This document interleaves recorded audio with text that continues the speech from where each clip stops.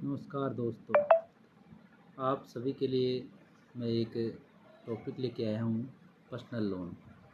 Personal loan में अपने को क्या क्या डॉक्यूमेंट्स चाहिए, किन डॉक्यूमेंट्सों की रिक्वायरमेंट होती है, वो देने पर हम अपना पर्सनल लोन हो जाता है।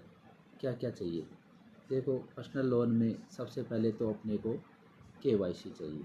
और केवाईसी में आप सब जानते हो कि आधार कार्ड हो गया, पैन कार्ड हो गया, मोबाइल नंबर, मेल आईडी हो गई। इसी के साथ में अपने को बैंक से भी कुछ चीज़ें चाहिए, जैसे जहाँ से अपन जॉब कर रहे हैं वहाँ की सैलरी स्लिप चाहिए, 3 सैलरी स्लिप चाहिए। एक फॉर्म 16 हो गया जो अपने ऑफिस से मिलता है जहाँ पे अपन जॉब कर रहे हैं। एक हो गया 6 मंथ का बैंक स्टेटमेंट। यदि अपन एक फॉर्म 16 भी मांगते हैं, जी 55 भी मांगते हैं। यदि कोई केंद्र की नौकरी कर रहा है तो उसके लिए फॉर्म 16 चल जाता है। यदि कोई या राजस्थान गवर्नमेंट से है, राज्य की स्टेट गवर्नमेंट से, तो उसका GA 55 होता है, तो GA 55 भी चल जाता है। दूसरा, अपन जहाँ पे अपन जॉब कर रहे हैं उसका एड्रेस प्रूफ, कौन सी जगह अपन जॉब कर रहे हैं, कौन सा ऑफिस है, उसका एड्रेस चाहिए। अपन जिस जगह ऑफिस रह रहे हैं, जॉब कर रहे हैं, वहाँ पे रह कहाँ पे रहे हैं उसका भी उसमें एड्रेस होना ज़रूरी है।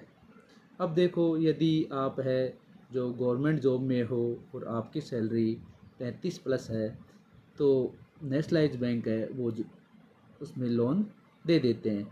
उनमें भी कैटेगरी देखते हैं कि क्या कैटेगरी से है। जैसे टीचर में है तो उसमें क्या कैटेगरी है, यदि केंद्र में है तो उसमें क्या कैटेगरी है। वो सब चीज़ें कैटेगरी वाइज होती है, कैटेगरी के हिसाब से लोन होता है। कैटेगरी और सिविल स्कोर का है तो सिविल स्कोर, उसमें सिविल स्कोर देखते हैं। बाकी चीज़ें है कि यदि पर्सनल लोन अपन ले रहे हैं तो उसके अंदर क्या होता है कि जैसे अपनी सैलरी किसी की 50,000 रुपये है।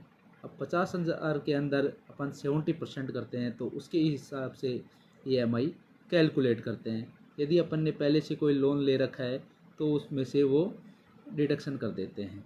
ऐसे है जो लास्ट बनता है। अब उसमें भी ये देखो कि अपने कितने साल, काफ़ी लोगों का रहता है कि पर्सनल लोन कितने साल का होता है, तो लास्ट पर्सनल लोन है जो 6 ईयर तक होता है। अभी रेट ऑफ इंटरेस्ट का भी है, तो बैंकों की अलग अलग रेट ऑफ इंटरेस्ट है, और अलग अलग बैंक के अपने हिसाब से अलग अलग क्राइटेरिया बांट रखा है कि किसको क्या पर्सनल लोन में कितना देना है, किसको अपन दे सकते हैं, किसको नहीं दे सकते हैं। वो भी काफ़ी सारी चीज़ें हैं पर्सनल लोन के अंदर।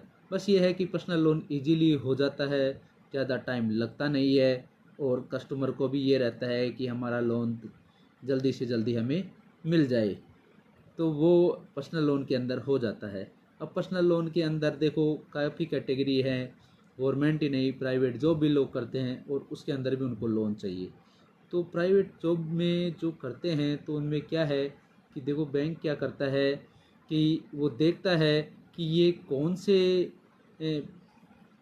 कंपनी है जिससे जॉब कर रहा है, और वो क्या कंपनी लिस्टेड है, अनलिस्टेड है, LLP है, प्राइवेट लिमिटेड है, क्या कैटेगरी है उसकी, उसके हिसाब से बैंक है जो लोन करता है। ये है पर्सनल लोन में। बाकी का नेक्स्ट वीडियो में मैं आपको बताऊंगा आगे का कि इसमें और भी क्या क्या चीज़ें देखते हैं। धन्यवाद।